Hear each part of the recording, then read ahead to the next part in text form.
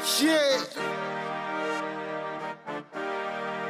Gotta go for the goal, yeah, we gotta win. All heart and the soul, yeah, we putting in the trenches with the bros, gotta play to win. One more play, then we in the ship. One more game, we gon' get a win. Fight through pain, I can never quit. One more play, then we in the ship.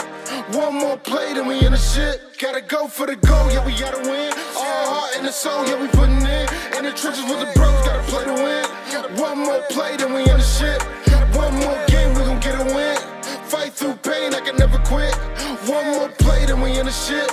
One more play, then we in the shit. From the goal Status Podcast. First and foremost, we want to get into things we've been doing these past few months, things that we accomplished during season 2 that people might not have known or heard of around the country who's following us or whatnot.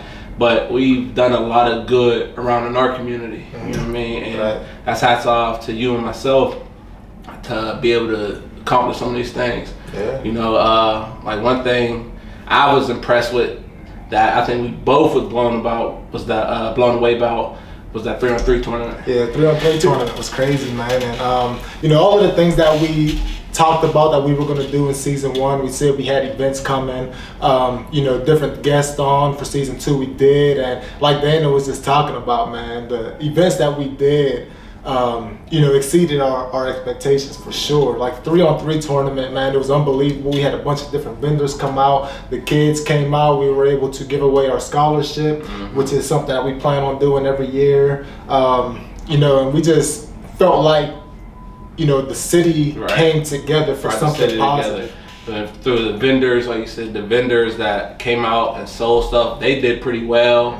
I still remember some of them chocolate covered little cakes from there. That was fire. But no, that was dope. It gave off like you're a hooper more than myself. It gave off like that New York hoop vibe. Like, you know what I mean? Everybody surrounding the last championship game and it going into a 3-game series all the way. You know what I mean? One team just got a little bit more tired than the other, but it was definitely dope.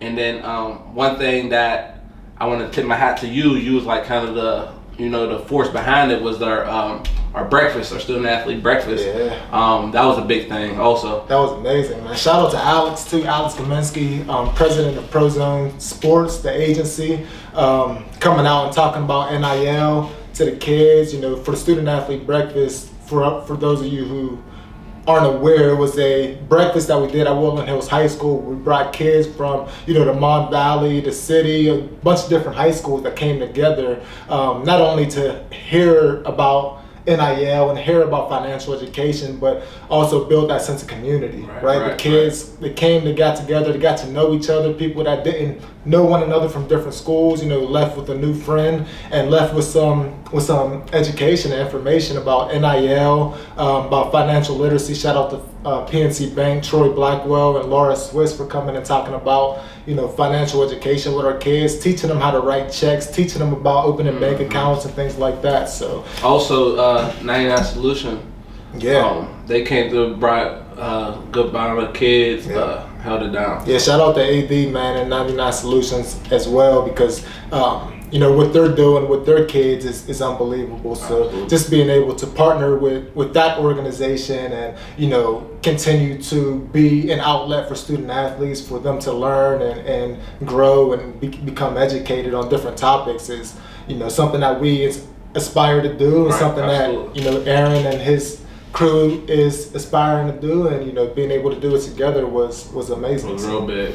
But to say all that, we want to thank everybody who followed along the whole time, everybody who contributed to every event that we did. We got a lot of more, you know, major things coming, so, you know, stay tuned with that. But with all that being said, let's get into to the start of the season 3. Before we start season 3, man, the interview prep. So on December 18th at the main pavilion in McKeesport at Renzi Park Main Pavilion, we're hosting a media interview prep where we're going to have staff of the Pittsburgh Tribune come down and talk about what to say, what not to say, whenever you're being interviewed before or after big games. So, you know, a lot of student athletes get in front of the camera and they don't really know what to say, what to do. How do I conduct myself? What are my words? Can I stop saying and like, you know? You know, we're trying to build that bridge and be that gap between, you know, the kids who are doing really well in sports and their interview conversations. So December 18th, if you have any student athletes who are in the Pittsburgh area, not just McKeesport, but the Pittsburgh area, who want to come out and do some interview prep, it's gonna be dope, because we're gonna do some live interviews on camera, which will be posted. It's gonna be fun. You'll be right in front of the camera, just like this. Yeah, it's gonna be fun. So all you Whitfield superstars, all you Whitfield up and coming stars, come out. You know, learn a little bit, educate yourself. Like he said, there's going to be people who actually is going to interview you in the future, if not interview you, or have already interviewed you. Right. So there's a lot you can learn from, because they might have seen something after interviewing you after a game and like, hey, you should work on this. Mm-hmm. Okay, so make sure you come out, support, 12 o'clock, December 18th, McKeesport, Renzi Pavilion. Right. So, like Dana said, man, getting into season 3 of the Status Podcast, we always end, in case you guys haven't, you know, been able to tell, we always end a season at the start of football season, because this dude, he's a football coach, so he's always busy during the season, so we can't get together and, you know, talk about topics in college athletics or high school athletics or sports in general, about being a student athlete. So once the season starts, we kind of end the season, and then once his football season's over, we get into the next season of what we're doing with Status. So shout out to the Tigers too, that they had a great year. You know, ended on a bad note, but it's only fuel to the fire for next year. Absolutely, man. absolutely, come back stronger. Come back stronger. So we'll see. But yeah, getting into Status season 3, man. There's a lot going on right now, especially with the coaching carousel, man, because you're seeing coaches come, they're going, you know, coaches are being fired, coaches are leaving their schools to go to different schools, and now the student athletes is like, okay, all of this is happening, you know, what about me? What's happening with me, right? And one of the biggest stories, I'll say the second biggest story, was Hugh Freeze. Yeah, that was shocking. Shocking, right? You know what I mean? Especially him going to Auburn after leaving, getting dismissed from the SEC and being even welcomed back with open arms was just like, caught me off guard. Right, because of what he did at Liberty. Right. Hugh Freeze was the coach at Liberty who, over the past X amount of seasons, have been doing amazing things at that institution. And, you know, there was a lot of speculation on if he was going to leave, and Liberty ended up extending his contract and giving him $5 million a year. Just in October. It just happened a couple months ago, right? Just in October, they extended his contract. They gave him $5 million a year. It looks like Hugh Freeze is going to be their guy, right? Yeah. The future of Liberty football is Hugh Freeze. And then Auburn fires their coach, and then Hugh Freeze leaves Liberty and goes to Auburn. Which was shocking to me on Auburn's part also, because over the past 2 games you had an alum who was a standout football player. Ooh, Cadillac. Cadillac Williams, those of you who don't know, was a beast running back. Him and Ronnie Brown was a 1-2 punch back in the day. And he had them guys going. Yeah. And one thing that I noticed, like I watched him in that one game, he got interviewed, he gave all the praise to them. Like he didn't take no credit. He says these guys, like, you know, they come in, week out, and ready to play. Like, you know what I mean? And for them not to look at Cadillac, which I don't know, they maybe did, was kind of like shocking when I heard the Hugh Freeze thing. I'm like, dang, they overlooked one of their own. Right. Like, so it was like kind of like, that was really shocking. Right. and that goes to show that college athletics is a business, man. So, like, student athletes, whenever you're making your decision, think about the business of college athletics, because it's not going to be about you and your relationship with the coach that's there, because one day he's there, the next day he's not. Right. So whenever you're going through the recruiting process, think about you think about the kids that are on the team, and even that now. Right, yeah, I was saying crazy. The transfer portal, all that. Yeah, think about you, think about location, think about, the school and how that benefits you in the future.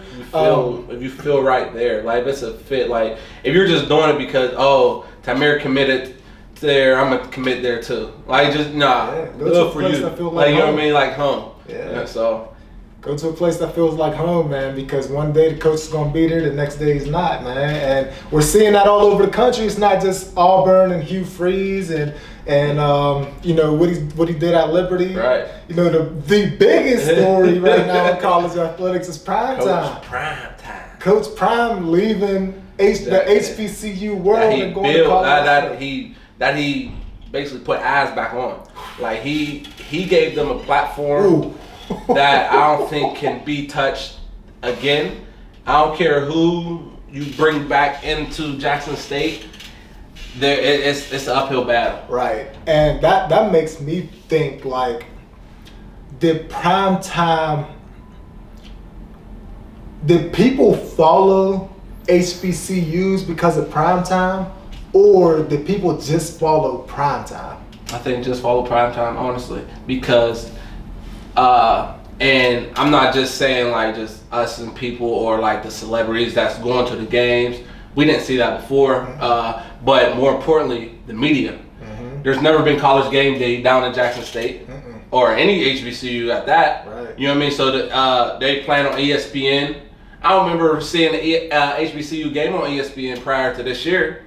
You know what I mean? You'll see it on NBC, like just the big game, the championship game or something. But throughout the regular season, you didn't see no HBCU game on TV. Right. You know what I mean? So I think they just followed Prime because he knew the recipe to get these guys on that platform. Right. And it's the media, social media, every media outlet that you got to reach out to. The little things that some coaches or maybe older coaches might not be too fond of doing, he's going to do. Yeah. Having you walk around and follow me all day with a camera just so I can put on my Instagram. So they see it like that. This younger generation want to see that. Right. So I believe they just follow Prime. Yeah, and that's a conversation of, did prime time bring enough light to the HBCU community, and is his departure setting HBCUs back, or is it a discussion where they're going to pick up where Prime left off and continue to elevate it? You would think that you would like to think that they're going to pick up where he left off at, but the realization of it, I think it sets it back maybe a year or two, and before it really goes back to where we see it now, and that comes with like hiring the right person, and really taking advantage of like the transfer portal, really taking advantage of what Prime brought there. Right. You know what I mean? So what do you think? I think it set HBCUs back entirely. All HBCUs. All HBCUs. Because, I mean, let's be real. The only HBCU that we started following was Jackson State, right? And you hear about the controversial things that happened between the coaches and prime time. Right. You know, they weren't really fond of him being there. And I am swag. Who is swag? That whole situation. Yeah. But like Jackson State is really who we follow. We didn't really follow the HBCU league. Right. And to me, if I'm looking at it as a parent, if I'm looking at it as a high school recruit, Primetime was the biggest advocate for HBCUs. Absolutely. Right? Primetime talked about elevating HBCUs, right? Mm-hmm. And he was passionately speaking about HBCUs moving forward, right? And then he leaves. Yeah. So what was it about HBCUs that he was so passionate about that makes him say, you know what, I'm out of here? Well, I think he was so passionate about just because, you know, our people, like historically speaking, like, you know, the history behind the HBCU and just, especially everything that's going on in the world, I think played a part in that, you know, just things that happen with, you know, African-American people. And so that was like the door to like, I can not saying this is what he did, but this is the door to help pull everyone in, like, all right, it's for my people. It's my people. So I think that's what you as someone who's going into a situation that Coach Prime went into, that's what you lead with. Like, I'm doing this for my people. Right. So once he did this, and I think this is what, and I don't fault him for this. Once you feel that your job is finished here, you go to the next job. You know what I mean? And I think that's where he's looking at it from his standpoint, because in the Power 5, in the Power 5, how many African American head football coaches are there? I could probably think of like 5 maybe. Right, and that was a big conversation on his part. He's like, he thinks that there's a problem at that level. Right. But was his job finished at HBCUs? I think his job was finished at Jackson State. I think he brought Jackson State as far as long as they could come. They averaging 42,000 fans. That's crazy. But are they coming to see primetime, or are they coming to see Jackson State? Are they coming to see primetime and Gilly on the sideline, or are they coming to see Jackson State? Well, that's what Coach Prime, he probably knew that's what's going to bring them out, so he brought them out. So it's the duty of the next guy, whoever that next coach be, to keep that same energy. Yeah. You know what I mean? So if I know that bringing Tamir Brown to the games, or inviting him to the game, or inviting him to walk us out to a song or whatever, is going to bring 42,000, that's my job as a coach, to move along with the times and understand that. Yeah, you know what I mean? So I honestly think he got back-to-back SWAC championships. If they don't win the SWAC versus MEAC, then I could say, like, all right, maybe his job wasn't all the way done. But he just went 12-0, back-to-back SWAC, got the number 1, number 2, whatever platform it was, recruit in the country,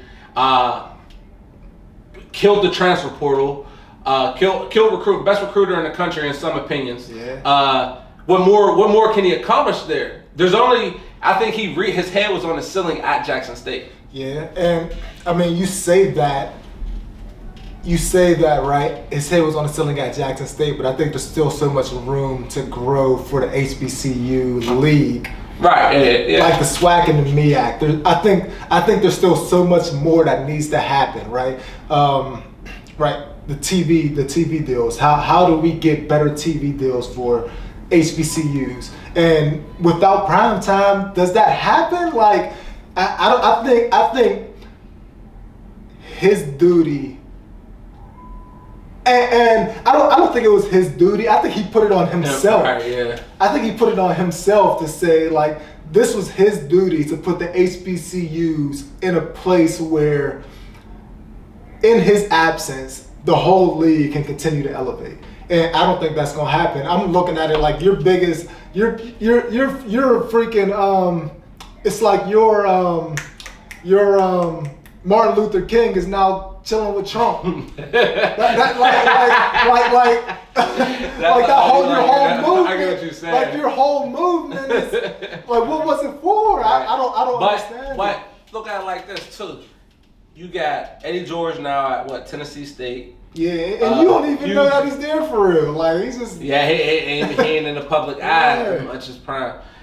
Hugh Jackson at Grambling. Mm-hmm. So you got coaches who were at a professional level, or players who came back and coach or getting involved in it. That Prime shined the light on. So who's to say more? Not if 10 might take over this offseason. Right. Do you feel like Primetime got the support from the HBCU community that did the HBCU community support Primetime the way Primetime supported HBCUs? Not all. I want to say all of it, no, because it goes back to like you said, his little dispute with coach from Alabama State. What's his name? Eddie Robinson, or Junior, or something, whatever. But no, his dispute, and first thing he said was like, he ain't slack. That whole thing that came out, like, basically saying he ain't for us, he ain't around here, like, basically calling his card. Mm-hmm. So that right there shows that not many people around in that community, that environment, supporting. Yeah, the fans. So I think, like, let's say Grambling State, Tennessee State, whoever's fans, they like, oh yeah, I like what Coach Prime doing over there. We need that over here. Right. But on the inside, I don't think they was too fond of it because of the way they might have thought, like, it's an arrogant way, or just being real big-headed, or just not being likable as a person. Right. I don't know what type of conversations were being had at Jackson State, and what the alumni thought about the whole situation there. I'm interested to know how the alumni supported Jackson State and how, donors gave back to Jackson State. Right? Because I think it's a real issue that Primetime was paid $300,000 a year at Jackson State. And 150 of that was donated back to get new facilities and things like that. I think that's a real issue, and I don't know if it was an issue for him or not, because he always says it's not about the money. He made a ton of money, but I think there's something to be said about me going to a place and needing to donate my salary so that we can succeed. When you go to Ohio State or you're going to Texas, you're going to these other schools, and you have people coming out of everywhere, right? 20,000. There's people coming from all directions saying, "Yo, I got 100,000 for the facility. I got $1 million for this facility. I got $5 million for this facility." When I was at BC, we had someone give us a $15 million donation for a facility. Is that happening at HBCUs? No, I don't think so. I think you hit on the head. Like, I think Prime felt it was a problem, but I think it was overshadowed just because they were winning, so people didn't really think of that. Like, you know what I mean? So like, people may be getting on him, making that move, whatever, but it could be a bigger issue. Is that a cultural problem? Is that a cultural problem where you look at it and say, like, in different cities, you see it. Black people don't support black people, and people say it all the time. Right? Black people just don't support black people, and is that a reason that HBCUs are not moving forward at a rapid pace? Because you go to these other schools where, you're seeing the support financially. You're seeing people who make a ton of money give back to what gave to them, and that's not happening at HBCUs. And people are looking at it like, we need to get better players there so we can get corporate sponsors, and like these big name corporations will start donating. But the thing is, like, these big sponsorships are not going to come if your own alumni don't support you. I even when we were discussing this off camera, I didn't even honestly think of that, because your alum can take you over that, over the top easily. Like you said, someone donated $15 million. Are they doing the same at Jackson? Because I'm pretty sure, and just not Jackson, any HBCU, I'm pretty sure, do you have successful alum? You think about Howard, you got Diddy. I mean, I don't know, I'm pretty sure, here you go, 15 and not budge. Is he doing that? Like, you know what I mean? So we talk about these alum, and there's a lot of great alum that come through these HBCUs, and are they just supporting them when it's convenient for them, just to say like, oh yeah, I went to HBCU, you know what I mean, and not really wanting to push it forward, wanting the whole university to strive without having to worry about a kickback. And there's a ton of alum who went to HBCUs who are not entertainers, who are successful. Are they giving back in the way that these Power 5 schools are giving back? You know what I mean? So you're looking at it like, are these guys supporting their university? And then you think about, the conversation where a lot of people are saying, if these 5-star athletes are going to HBCUs, then more people will start to watch HBCUs, and more sponsors will start to come, and then it'll elevate the HBCU athletic scene. And is that the case? Is something like that going to happen if we draw more talent to HBCUs? Will it develop a better following? It will, but not as dramatic as one may think. It will, absolutely it will, because you'll want to keep up, just like, for example, the Travis Hunter kid who committed to Jackson State. Every time Jackson State was on or something, I was looking for him, because I know he was the dominant player, this and that. There's certain players you look for, you know what I mean? So I think it will, but nothing drastically where it's going to be like, oh snap, like there's not only so much you can do. Yeah. Like without the support from the back end, there's really only so much you can do to move it forward to a certain spot. And that's how I feel about it too, because you think about, like, if Travis Hunter was the number one player in the country and he goes to Jackson State, think about if that's happening all the time. Are you still looking for kids like Travis Hunter? If this is something that's always, like, 5 stars are always going to HBCUs now. You're not looking for Travis Hunter anymore, right? So, for example, the alumni of HBCUs is what's going to push it forward, right? Because if there's the number one recruit in Tuscaloosa, Alabama, and he goes and plays in Colorado for Deion Sanders, the people in Alabama are not going to start following Colorado. They're still following Roll Tide, right? Because the support of the alumni and the support of the the fans is what really drives the attendance and drives the notoriety, right? Because you're seeing the Big 12 sign a multi-billion-dollar TV contract, right? Because they know that Saturday afternoons, Mountaineer Nation or Longhorn Nation is going to be watching college football on Saturday afternoons, right? Are they going to sign a multi-billion-dollar contract to the SWAC?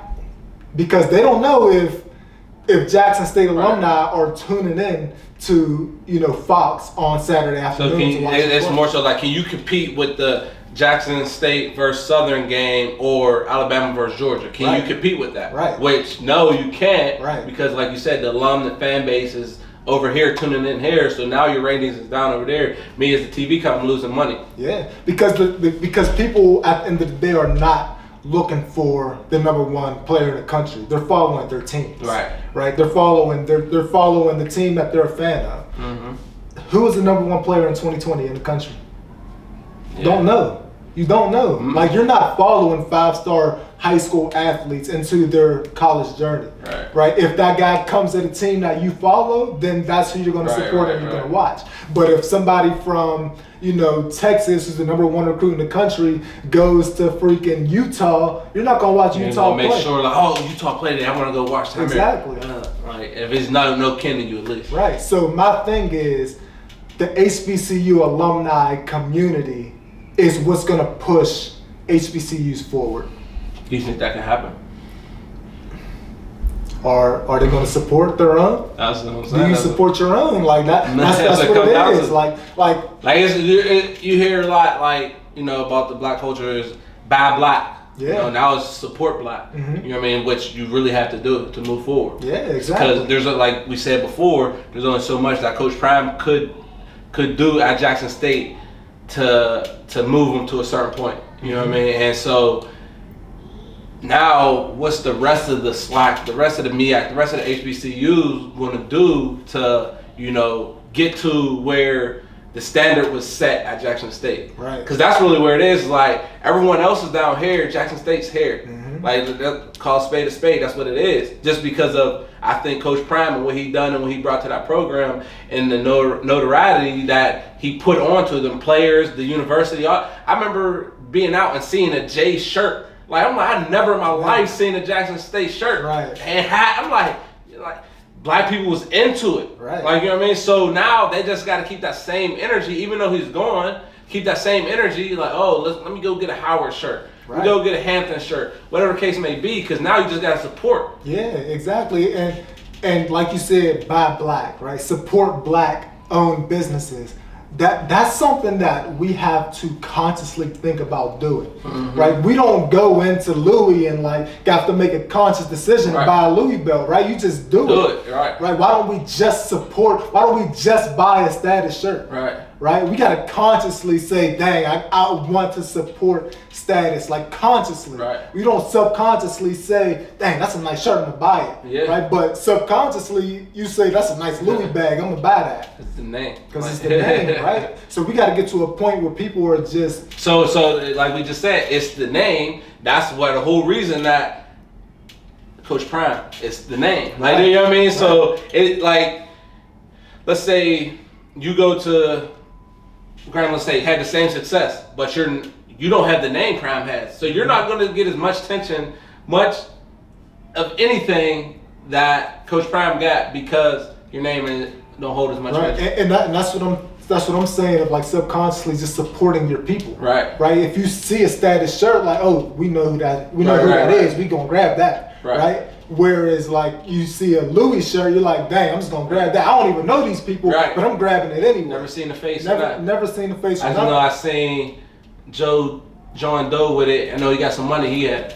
Exactly. So my thing is, it has to be to the point where it's a cultural thing where you subconsciously just support your people. Absolutely. Right. And to me, that's the only way that HBCUs are gonna move forward. Yeah. And it's not the transfer portal. It's not the answer. Like you're not gonna get maybe if you get freaking Bryce Young to transfer to Howard, that's gonna bring a following. But you know, at the end of the day, they're gonna follow Howard, right? They're gonna follow Bryce Young because of the name. You know, and speaking about the transfer portal now, that's even another crazy now. Leading from Coach Prime, leaving to go to Boulder, and now what's left at Jackson State. How is the transfer portal affected? Do you suggest, or do you think that a lot of Jackson State players is going to jump in that portal? That already filled portal from the other Power 5 conferences. Right, and Primetime put it on his I seen that, account. yeah. He's like, I don't advise all of y'all to jump in the portal because you ain't gonna get picked up. End of the day, point blank period, because right now, I'm not sure if you've seen it or not, but there's a window of transfer portal. You can only go in to the transfer portal between December 5th and January 18th. Mm-hmm. And that's the only time you can enter the transfer portal. Okay. So between December 5th and January 18th, once Monday hits, is Monday the 5th? Yeah. Once Monday hits, the portal's gonna go crazy.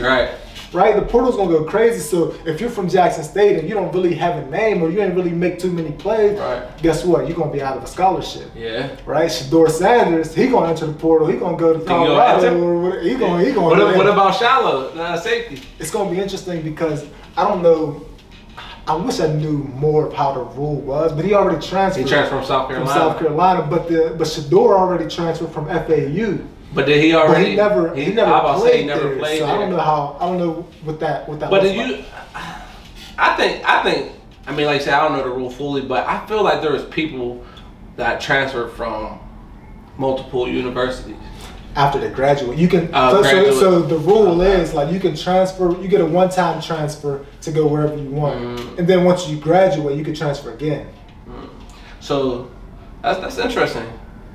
Because now, like you said, you got the one son, and the other son who I think I don't know what year he in, transfer from South Carolina, but he been there probably since like 19, so what did he graduate and do a graduate transfer? Who knows? Yeah. But that's what I think, I forget, it might have been season 1 you said it, like when we was talking about recruiting and whatnot, go to a college that's for you. Like you said, like you talking, don't get caught up in the coach because it's a business. He leave after 3 years. Mm-hmm. He leave after 2 years. Whatever the case may be, when that next calling comes, it's going to come, and now you're going to be stuck to following the coach. Right. You know what I mean? Instead of following the home. Right. And the coach might go to a place where they ain't got a spot for you. Right. Yeah. That's like, all right, you coming from, let's say, Jackson State. We go up to Boulder.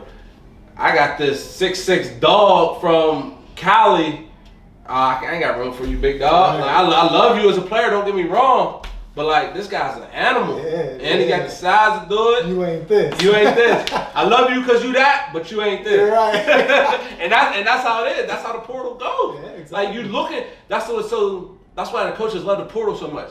Because essentially it's like you get to like size up your competition. Mm-hmm. Like, you know what I mean? All right, I'm looking for a 6'4" defensive end, 280. Yeah. Let me go down here, 6'4". Where there we go. Florida? Oh yeah, let's get him. Not even knowing he could be trash. Yeah. He came from Florida and he's 6'4". Yeah. That's all I need to know. Yeah. And the crazy thing is, like, about that, a lot of the guys that are in the portal, you know what you're getting. Right, yeah. Like there's starters. Right. There's starters in the portal. And they got film out there. They got college film out there. Right. So you see, all right, whatever. That's why it sucks for high school students. Because now your film only shows you playing against a little scrub that's 5'5" who's never going to play football again. This film got you playing against, maybe the number 2 team in the country making plays against 5 stars. Right. I'm going to go with him all day. Yeah. He's proven. You know what I mean? Which sucks. You know what I mean? It's limited opportunities for the high school kids nowadays.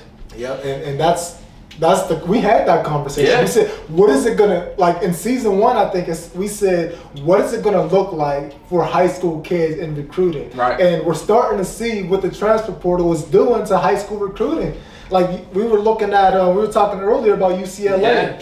UCLA brought in 7 high school recruits in a class. 7. Out of like 25 scholarships a year. 25 you get 25 scholarships a year. Yeah. You brought in 7 high school kids. When we were going to school, we were bringing in 20 to 23 kids per class. Yeah. So like 7 high school kid, like that's Yeah. 7 high school kids. 7 high school So kids. now you're either just attacking the transfer portal or hitting those JUCOs. Yep. You're looking for it right now, and a lot of coaches are looking like, all right, I can take 5 to 7 guys where they can sit and watch these guys, but I can't afford to take 20 guys. I need guys to win right now because that's what it's making. Like the higher ups are making it because I need you to win right now. I don't got time for tomorrow. Exactly. You got 3 years to do what you got to do, which we know 3 years you just getting your recruiting class intact. Right. So you got 3 years to do what you got to do, or we got to move forward. Right. And you look, it's proven to keep a coach and let him build success. Because look at what Jim Harbaugh did at Michigan. Yeah. People wanted him out of there. He couldn't there. be Ohio State and he couldn't be Michigan State. You got to go. But now look, 2 years in a row, playoffs, undefeated, beat Ohio State 2 years in a row, beat Michigan State 2 years in a row. 2 years in a row. You know what I'm saying? Like, Yeah. you got to give the coaches the time to build something. But athletic directors are now being tied to the winning and success of football and basketball programs, and that means that athletic directors don't have time, so football and basketball coaches got even less time. Yeah. So that transfer portal is becoming the go-to to build a program and win games now. Now let me ask you something, speaking on the athletic director standpoint. Why you think that, boys acting like the Grinch knocking over Christmas trees. Nah, why you think that there's so much, pressure on the winning of college football and basketball rather than other sports? Because those are your revenue generating sports, right? Because those are the sports that are bringing in money. If you look at a college program, football and basketball brings in your money, and that's what pays for the rest of the sports. Right. The revenue that you get from football season ticket sales is paying for your swimming and diving team to go to freaking Oklahoma to compete. Right? Those schools ain't bringing in money, and college athletics has become a money game. Right? It's become about the dollar. Right? So you don't have time for your football and basketball coaches to lose. Because if they're losing, guess what? You're losing money. Absolutely. People are no longer coming to your games. You're losing out on ticket sales. Donors are no longer donating to the program, which I think is crazy. You shouldn't support the team because they're winning. You should support the team because you love the college and institution. But there's donors who pull out donations if the football team's not winning because they want to see the coach fired. Right. So it's money, and now athletic directors. It wasn't always like this, but now as of recent, athletic directors are tied. Their jobs are tied to the winning of football and basketball programs. That's why you're seeing them ADs getting them big checks now. ADs are getting big checks, and ADs are also getting booted. Yeah, that's what I'm saying. So it's becoming a whole situation, man. But it's interesting to see, how the transfer portal is playing out. And you talk about like tampering in the transfer portal. Like there was a high school coach that came out and said, "Man, listen, I had 4 or 5 different schools call me about a kid and say, hey, is Dana Brown happy at Kent State? I see the way they're using him. This is how we're going to use him here at Texas.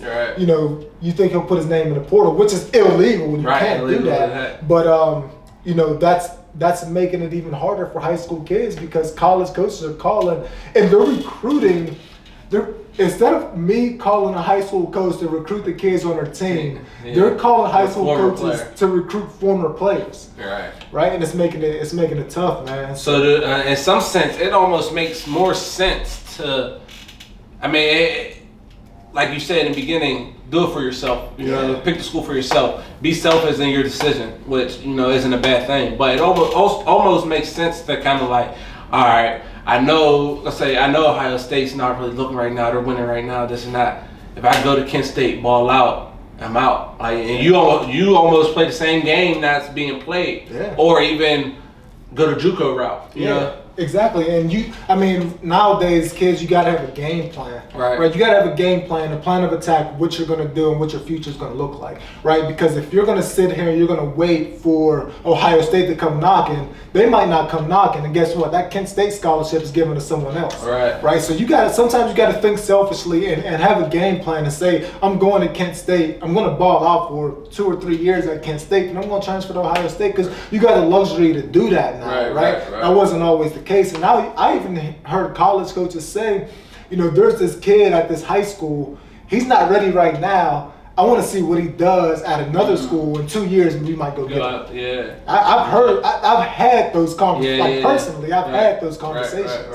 So it's high school kids. If you're being recruited to lower level schools, don't look at it as a knock, right? Look at it as an opportunity to go there, show what you can do on a college level.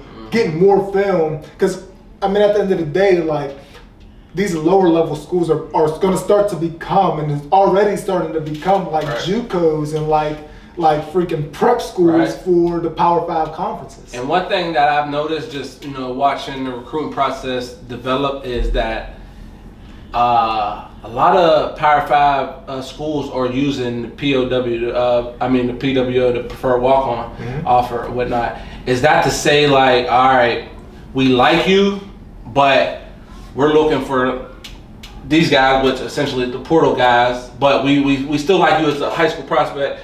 Come on, you pay your year, and then we got scholarship left over from the portal.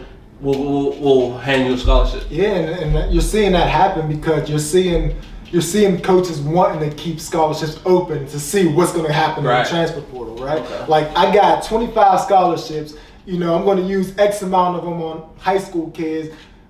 You might be able to play here, but there might be somebody who can play here right now. Right? So we're going to wait to see if somebody like that comes in the transfer portal. You can come, but we're going to hold this scholarship for the spring.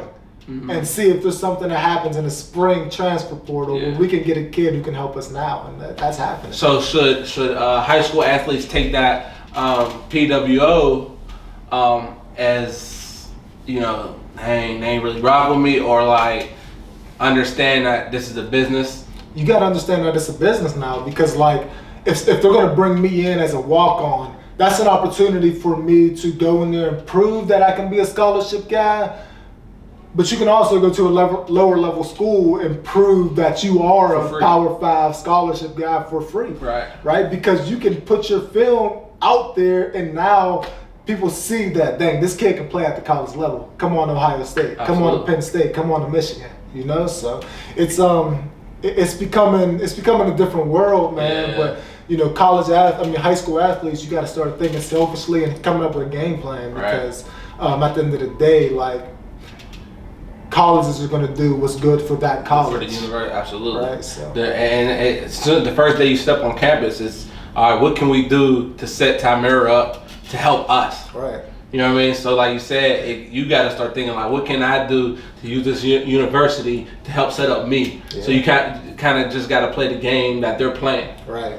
So it's going to be interesting to see what happens, man. Colleges, universities. We talked about the transfer portal. We talked about coaches leaving. We talked about, the impact Coach Prime is making at the HBCU. Coach Prime is making. It's going to be interesting to see the impact that he makes in Boulder. Yeah. Way too early prediction. I think they're going to play in the Pac-12 championship next year. First year. I'm not mad at that. I think so. I think that Colorado have the facilities to do it. Like, you know what I mean? I sat there and watched, like, not just, like 2 years ago, seeing something on the internet, watching their facilities. Listen, man, we talked about the support of alumni, right? Yeah. We talked about that.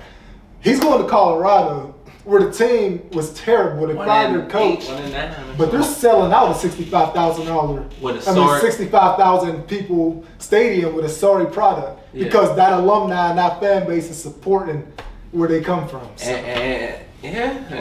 I'm excited to see, really. Like now, all right, real quick before we start wrapping it up, do the Nike factor play a factor? The Nike part play a factor? Because he's sponsored by Under Armour. They're Nike. Personally. So how do he? Yeah, he's sponsored by Under Armour. So how do he works that out? How did that work out?